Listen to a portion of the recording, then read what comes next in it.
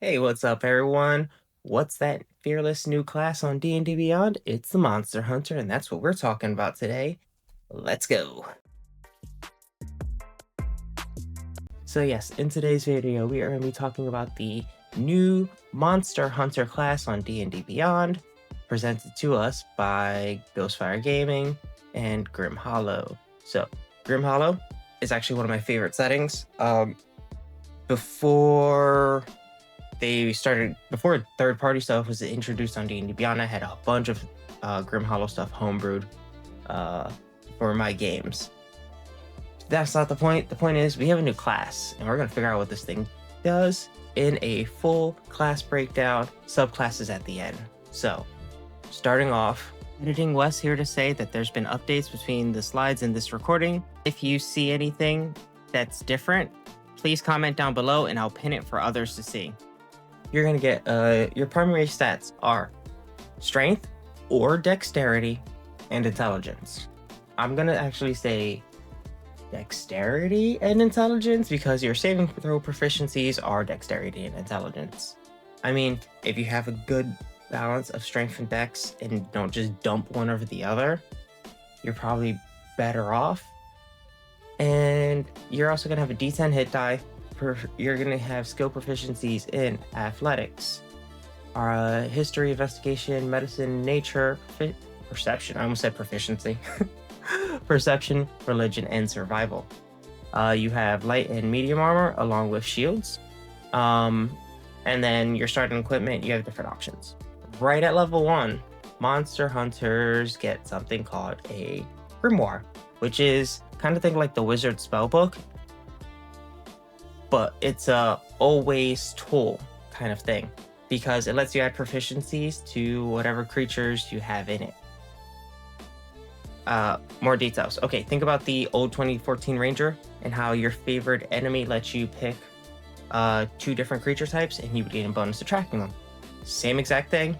That's why it's kind of like a tool because as long as you have it and you're tracking the thing in your Grimoire, you can add your proficiency bonus to those checks. You have a list of options based on creature types, and you get 2 from the start, and you eventually get more at higher levels. Just like the old Ranger though, this could be hit or miss if you're not going against any of these creatures. Like if you decide to pick Ooze and Giant and we're playing Dragon Delves and there's not an Ooze or a Giant, then you have no class feature. At also level 1, you're getting Weapon Mastery, which you have a new list of masteries, starting with Brutal. These weapons crit on a 19 or 20. And when you score a critical hit, you deal an additional damage die. Sort of like the Piercer feat. So if you had an actual Brutal piercing weapon, then with the Piercer feat, you'd be rolling 2 additional die when you crit.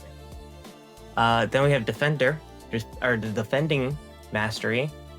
These weapons are made to parry when so you can use your reaction when you're hit by melee and roll a d4 to add it to your AC. Then the Disarming property, it's just called Disarming Mastery. These are masteries, sorry. When you take the attack action on one of your turns and hit with a disarming weapon, you can use your bonus action to disarm the target or to attempt to disarm the target. Both you and the attacker must make the post-attack rolls, ignoring any sources of advantage if your result is higher. Okay, so you guys both roll for attack, and if you win, you disarm them. Entangling weapons, you could think of like a net. I'd probably even throw this on the tether hook as well. From if you saw my last feats video from Heliana's, I'd probably throw this on there. The target automatically succeeds if they are huge or larger, and it's just the normal to break feat, they must use their action, acrobatics, or dexterity check. Returning property. Returning weapon allows you to hurl a weapon in such a way that returns to you when you make a ranged attack with the returning weapon. The weapon returns immediately after hitting or missing the target. You can catch the weapon if you have hands free to do so. No action to catch the weapon though, no reaction, nothing. It just comes back to you as long as you have a free hand. It doesn't say if it falls to the ground in front of you though. Like I think the boomerang expert feat did. Either way, moving on. Next thing we have is scatter. Scatter weapons. When you hit a target with a scatter weapon, you have to measure the area around them based on your scatter range, and creatures next to them will take additional damage equal to 1 plus your dexterity modifier. Minimum 2. So if your dex is 0, no matter what, you will deal 2.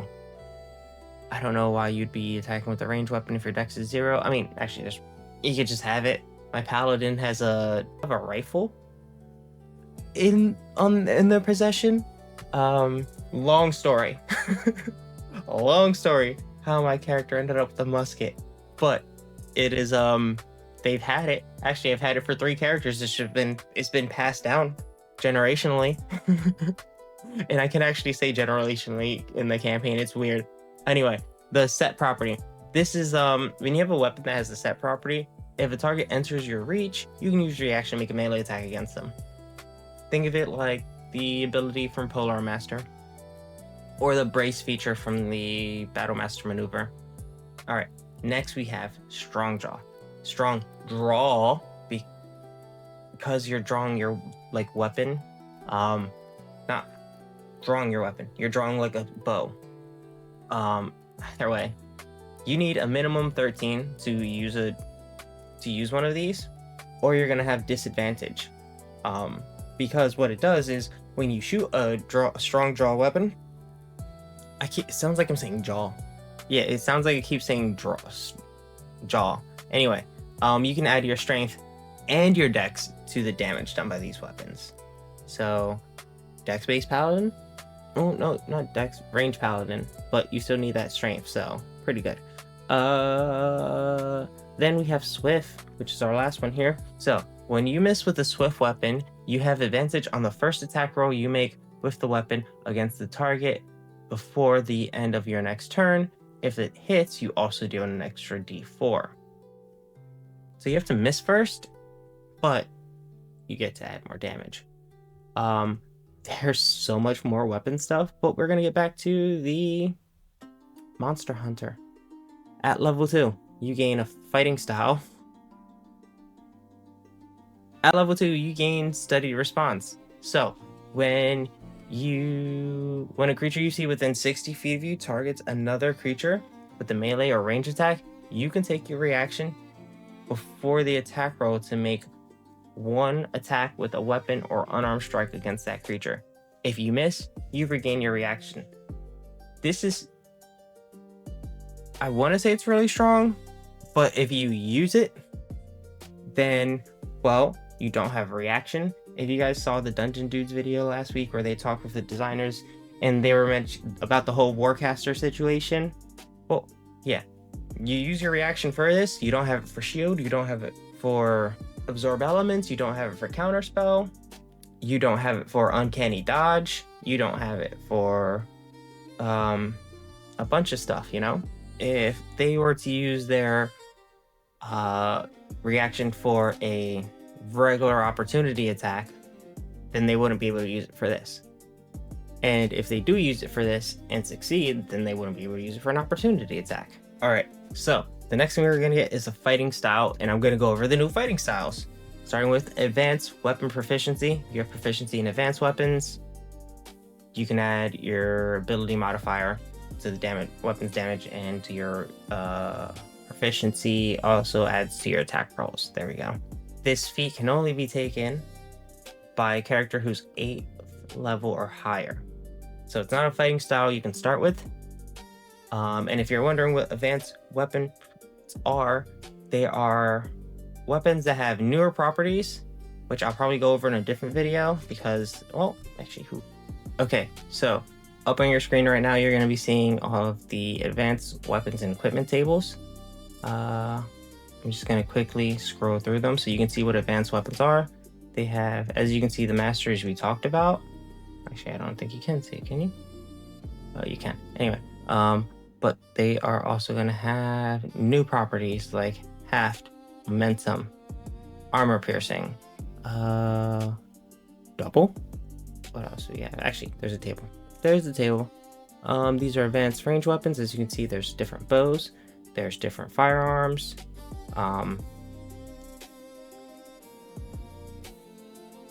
These are ammunition properties.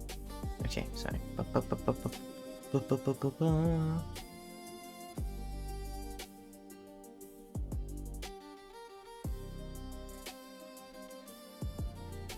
Okay, yeah, so advanced weapon properties look like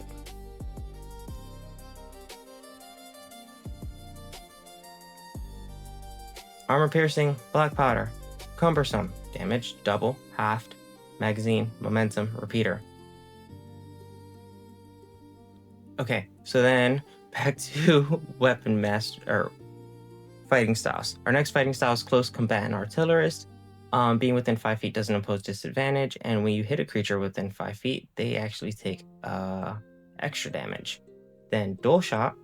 When you take the attack action with the bow or crossbow, you can make an extra attack as part of the same action against a creature within 10 feet of the original. If you do so, both attacks you make with disadvantage. Okay, don't like getting the disadvantage part because, once again, I say it all the time, accuracy is the most important thing.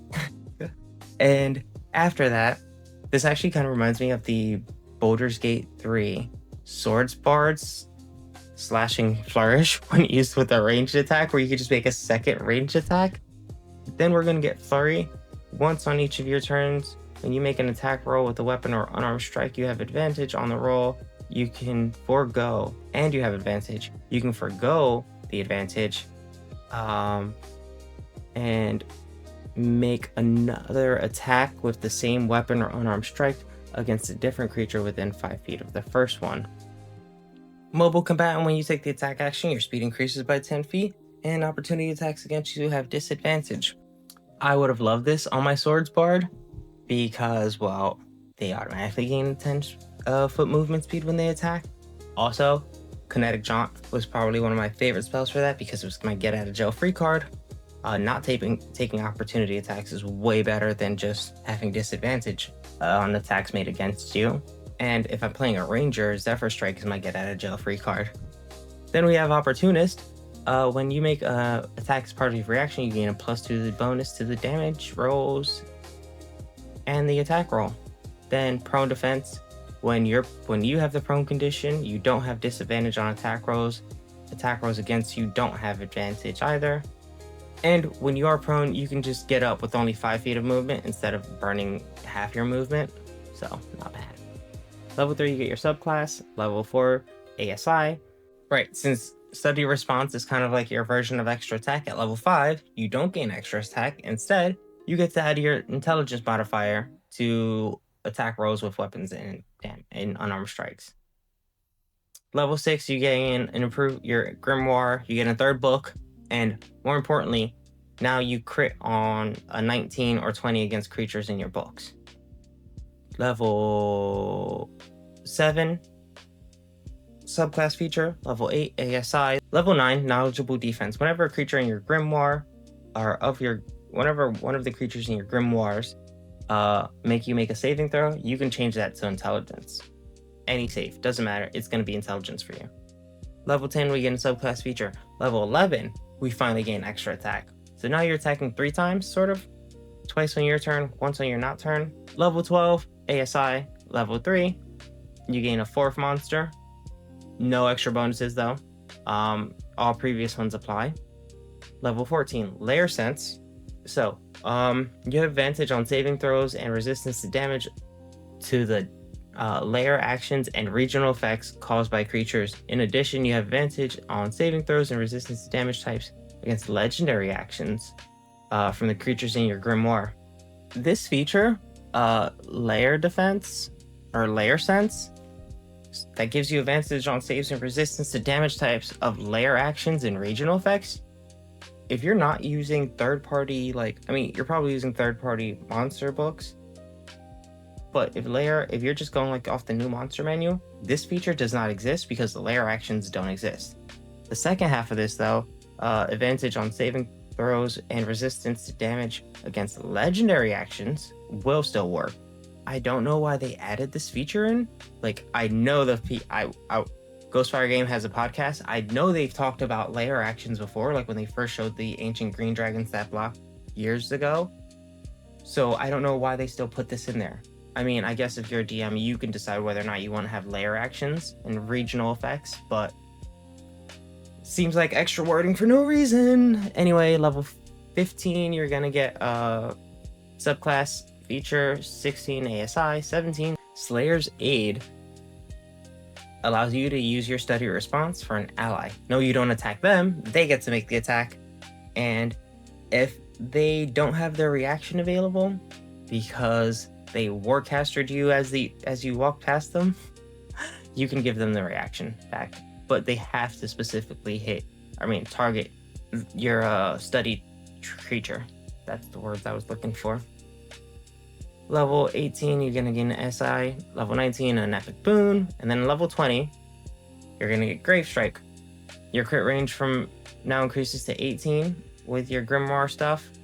When you hit a creature and score a critical hit, they gotta make a DC con save. The highest it could be is a DC 30. It literally says that in the text. On a fail, they just drop to 0. Insta die. And you can use this number of times equal to your intelligence, which might be 2. If you did the bare minimum, it might be 5. Might even be a +6, because we're in epic boon territory. So that's really, I mean, they literally got rid of this insta-kill feature from the monk and like the rogues assassinate. Yeah, and the quivering palm from the monk. I don't know why they put this in there knowing that they did that to the main classes, because now this is instantly more powerful level 20 feature than those other classes had. I mean, they still have to make a con save, and most creatures have a very high save, and if they have legendary resistance, then they're just going to save it. But this is really strong. Also, it's really weak if you never face any of the creatures in your monster Grimoire. That was the issue with the old ranger. If you never won against any of your favorite enemies, then you had no feature. You also have no way of like, I mean, if you lose your Grimoire, you can spend time and money, sort of like a wizard in spellbook, to make a new one. But you can't switch out your creature types. I mean, your DM should allow you to switch out your creature types if you never encounter them. But if they don't, then you're SOL, so to speak. We're gonna move on to the subclasses now. Now, I don't know if this is a typo, but it sure as heck bothers me that it is Carver Guild, not Carver's Guild, because I'm assuming if you're a guild, there's more than one of you. But at level 3, you're gonna gain proficiency with heavy armor. You're also gonna gain close quarters combat. When you hit a creature with a melee weapon, you can use reaction to deal 2d6 extra damage. And they have disadvantage on the next attack they make before the start of their turn, or the start of your next turn. Right. That's a lot of extra damage. It increases to 4d6 at 11. That's a lot of extra damage. Now, the difference is no retaliation attacks from your studied response, or just extra damage. I mean, if you kill it on the first swing, who needs a studied response, right? So, at level 7, you gain True Grit. You have advantage on saves against being frightened, and if it's a creature in your Grimoire, you just have immunity to being frightened. Additionally, when you hit a creature as part of a reaction, you can choose the end the frightened condition on yourself or an ally. Which, ending the frightened condition just by hitting, pretty good. Terrorize the terrors. Say that 10 times fast. When you hit a creature with an attack as part of its reaction, you can force that creature to make a wisdom save, or have the frightened condition until the end of your next turn. Deadly redirect. Your strikes have become even deadlier. The extra damage from your close quarters is now 66. In addition, the target has disadvantage on all attack rolls. I'm just thinking of how to stack this for going Nova. This is insane.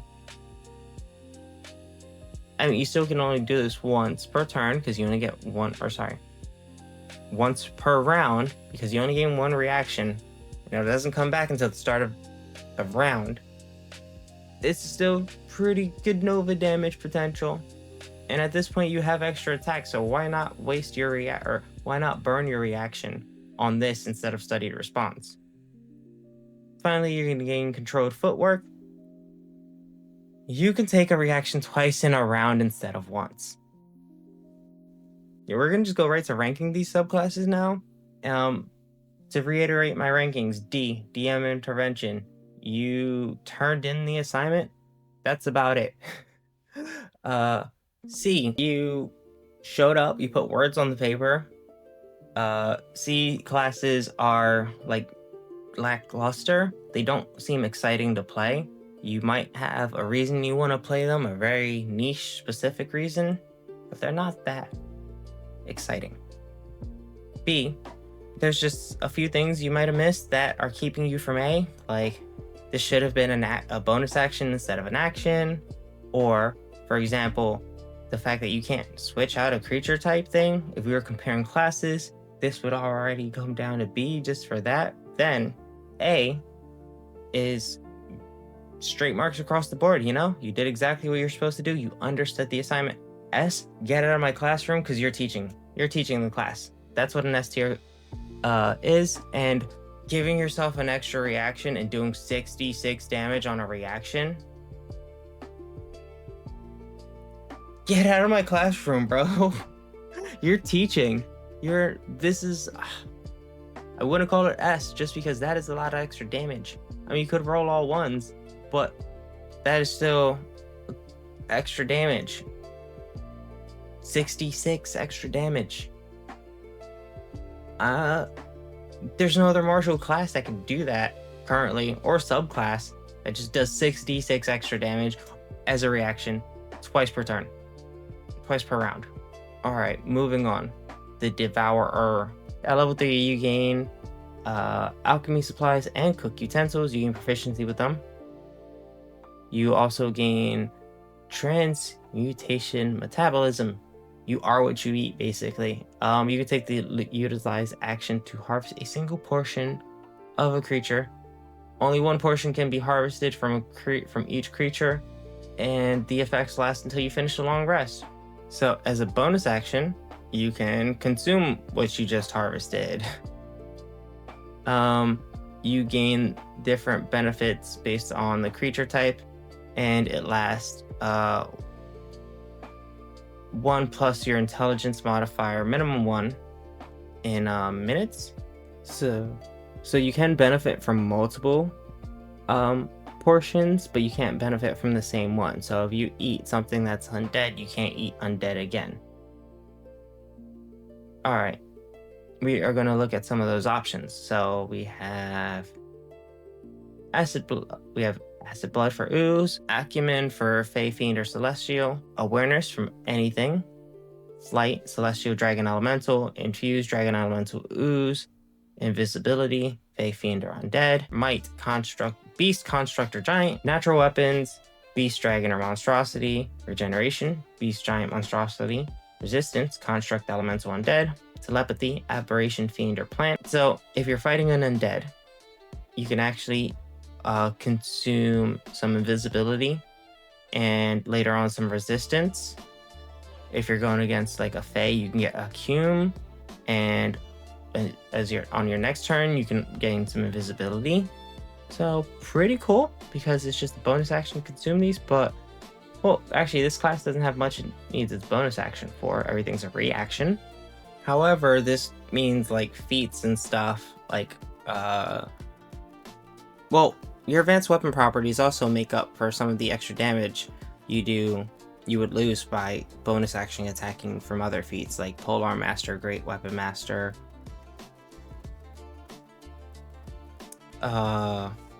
Sharpshooter, or not Sharpshooter, Polearm Master, Great Weapon Master, Dual Wielder, and or Crossbow Expert. So level 7, you're going to gain Synchronized Response after you consume a bit of monster. Whenever you make an attack as part of the attack action, as part of your reaction, you can add in a d6 to that weapon attack or unarmed strike. So at level 7, you start doing extra damage. Not bad. Gnawing Hunger. At level 10, when you deal damage to a creature with melee attack using a weapon or unarmed strike, you gain temporary hit points equal to half the damage dealt. If it's a monster in your Grimoire, you gain full temp hit points equal to the damage dealt, and you can use this a number of times equal to your intelligence. So you're gonna kind of want some intelligence, at least 2 to 3 intelligence possibly, or just 2. Minimum. I mean, you have the minimum added to your in some of those words, but it's always better to have more than just 1, right? At level 15, you gain the ability to take your monster portions, turn them into potions, and then give these potions out, and whoever consumes them can gain the benefits just like you do.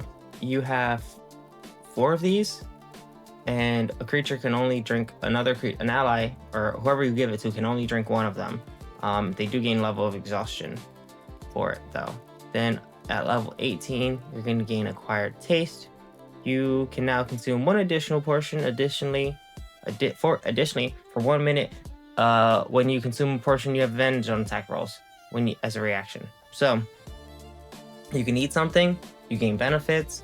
Then also, because you ate something, whenever you use like your study response or just make an opportunity attack, you can then add a d6 on top of that. Now you're also going to gain advantage on that attack roll as well. I mean, as far as devouring goes, flavor's there. I don't really see any bad features. The only issue is, I guess, because the harvested portions only last till a long rest. If your next combat session is like 3 days later or something, you're going to have nothing. And this is one of those bag of rats situation where, I'm sorry, I'm not just going to let you kill some rats so that you can always have at least the beast available, or just have a chest of preservation. You don't have as much damage capabilities as the other one, but you do have a bunch of cool nifty features. I mean, honestly, just giving yourself regeneration is probably one of the best features there is. Doesn't, like, good job. You're an A student. So, yeah. The Devourer is an A as far as subclasses go, because none of it feels like it. It's clunky. It's pretty straightforward. I like it. Next up, we have the Occultist. You gain proficiency in your Arcana skill. You also gain spellcasting. You're just like most other third casters. I'm saying most because the one subclass for the Blood Hunter uses Warlock slots instead of spellcasting. But every other third caster, that's what you are, a third caster, uses the Wizard's spell list and intelligence, and you're no different. You kind of use an arcane focus, which is cool. You don't have to run around with. I mean, I feel like it would actually be more thematic if you didn't use an arcane focus and you had a component pouch, because you are a monster hunter. But I digress. You're gonna gain arcane interference at level 3 as well, besides your spellcasting and arcana. This is gonna give you advantage on saving throws against spells cast by creatures in your Grimoire. And you can use your study response in response to a spell now, which is cool. It just synergizes, like, okay, I couldn't normally do this with when it comes to magic, but because I'm the occultist, I'm good at dealing with magic. And some monsters like dragons, hags, fae, fiends, demons, some undead, all can be spellcasters. I don't think I've seen a construct spellcaster before. I haven't looked at Strixhaven that deep though. Level 7, Mage Hunter. You can now consider humanoids that cast spells as being a creature in your Grimoire. So if you just put Spellcaster in your Grimoire, you gain all the benefits that you would from your Grimoire against Spellcasters now. If you damage said creature, they have disadvantage on maintaining concentration. Occult Knowledge at level 10. So this is going to give us ritual casting, which, once again, I'm like, did you guys do your homework? I love Grim Hollow. I love the lore. I love watching Ben Burns on the Ghostfire podcast talk about Grim Hollow. I love it. But I'm pretty sure you should have knew, or I feel like it was made known that all spellcasters are ritual casters now. I believe that does include third casters and half casters as well.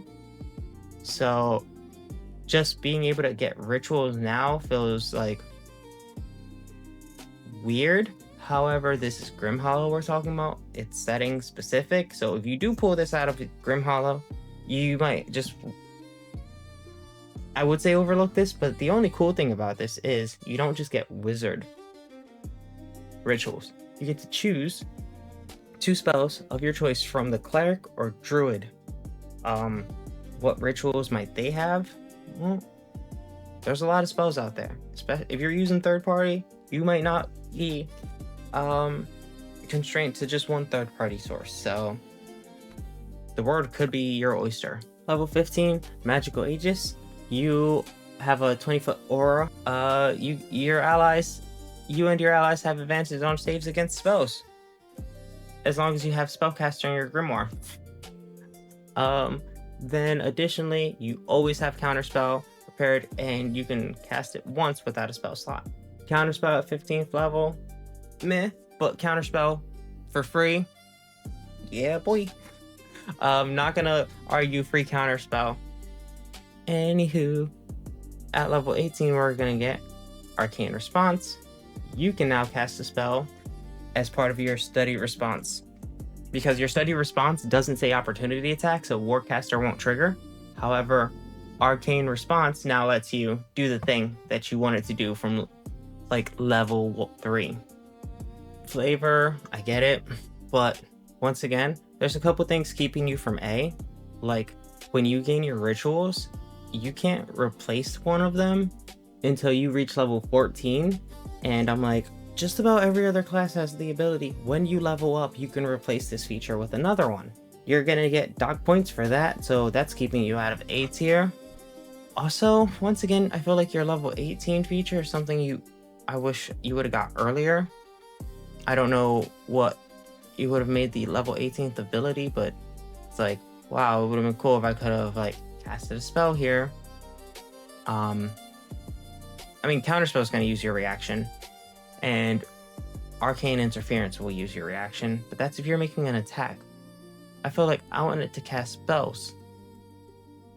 Like, I could have Booming Blade way earlier at level 3. Everyone else is getting a chance to Booming Blade. So, yeah, I'm gonna give this a B. Finally, our Trapper Guild.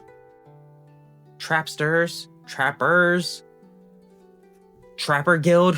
I guess guild implies that you're plural, but still, it just looks weird when I read it. That's just probably a me thing. Most definitely a me thing. Anyway, level 3, our trappers are going to get sneaky and crafty. You gain proficiency in stealth skill, and you get tinker's tools. So, also at level 3, trappers gadgets. Whenever you finish a long rest, you basically have 2 of these gadgets available, but you do need to spend money. So, an hour of work and 20 gold. 20 gold isn't much, honestly, at all. But, I mean, there's been times in my campaign where my character's been completely broke because I spent, was like 20,000 on a body, on a new body. Yeah. But your trapper gadgets are pretty cool. These traps range from stopping enemies from regenerating, dealing elemental damage, making an area lightly obscured, restraining creature, giving yourself or making creatures have disadvantage to see you, and lastly, just like straight up exploding. Doesn't really say exploding, but that's really kind of what it feels like. It does bludgeoning damage. Your wear trap feature, which can be either placed. If you have a free round of combat, placing this would be cool, assuming you also have it, but honestly, I feel like I would stick with the elemental, and possibly the scorpion anchor. Oh, I don't know. It's kind of tough. Some of them are really good, and they're all kind of good. They're all kind of good. I like this. It has options. At level 7, you're going to gain ambush advantage. When you roll initiative, you can add your intelligence modifier, and you can't be surprised by monsters in your grimoire. Then, agile response. When a creature makes a attack roll against you, you can take your reaction to impose disadvantage on that roll, and use your studied response as part of that same reaction. Whenever a creature hits or misses you, you can move up to half your speed. This movement doesn't provoke opportunity attack. This is a lot. At level 10, it's your get out of jail free card. I love it. Movement doesn't provoke opportunity attacks. I can just do it and hit you and make you have disadvantage against hitting me, all as part of one reaction. This is cool. I love this feature. All right, then at level 15, Monster Hide. Not too sure what Monster Hide armor has to do with trapping, but I feel like they probably just ran out of ideas and had to give you something here. You're either gonna gain bonuses to damage or bonuses to your defense. One option gives you a little extra damage. You can teleport, regenerate, or be stealthy. I mean, the stealth one makes the most sense if you're laying traps. The elemental one, if you're already going with the elemental theme, also kind of makes sense. But I feel like these armors should have done something like your opponent takes like elemental charges when you, instead of when you deal damage, it should have been when you get hit, they take damage, because that feels like a trap to me. It's like, oh, hitting me is a trap. Hardened defense could have been like when a creature misses you, they take like 2 damage or something. But it's not my subclass. I didn't make it. And it's still powerful. It's just not thematic, at least in my opinion. Lastly, Rapid Tinker. You can now make, you can spend a minute to make a couple gadgets without spending any money. You can use this twice and regain all expended uses when you finish a long rest.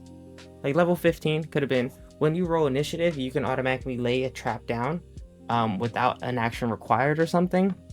It doesn't say it, but Dread Venom typically takes your action, unless you have the Poisoner feat, to bonus action coat something when poisoned.